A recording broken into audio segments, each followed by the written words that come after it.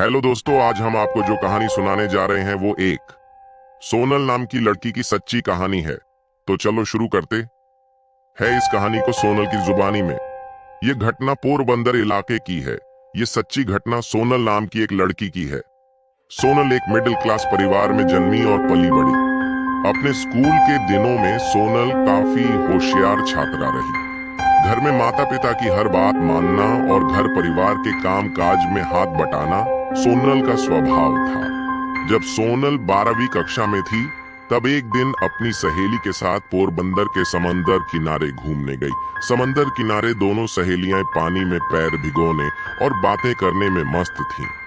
तभी अचानक समंदर की ओर से तेज हवा का झोंका सोनल की ओर आया और पलक झपकते ही वह हवा का झोंका जैसे उसके शरीर से आर पार होकर गुजरा।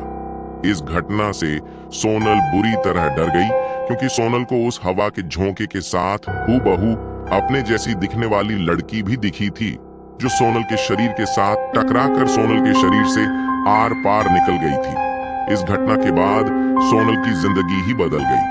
खाते पीते सोते जागते दिन रात सुबह शाम सोनल को वह लड़की नजर आने लगी।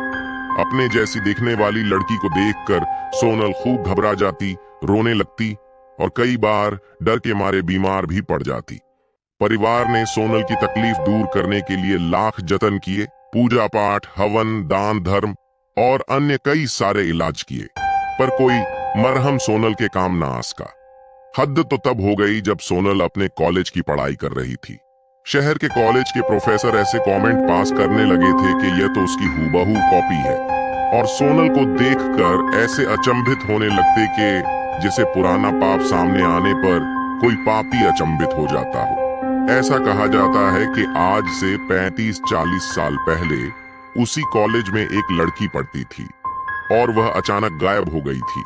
माना जाता है कि कॉलेज प्रशासन से जुड़े कुछ लोगों ने उस लड़की को अगवा करके उसका बलात्कार करके उसे मार दिया था और उसके शरीर के कुछ टुकड़े कॉलेज की जमीन में दफना दिए थे और कुछ समंदर किनारे फेंक दिए थे। उसी लड़की की आत्मा सोनल को दिखती रहती है और अपने लिए इंसाफ चाहती है। सोनल आज भी अपने जीवन में कभी कभी उस लड़की की परछाई देखने का अनुभव करती है, पर अब सोनल ने अपने डर का सामना करना सीख लिया है और इस बात को समझ लिया है कि अगर हकीकत में ऐसी कोई दुखदाई घटना उस लड़की के साथ हुई होगी तो समय आने पर उस राज से पर्दा उठेगा और दोषियों को सजा मिलेगी।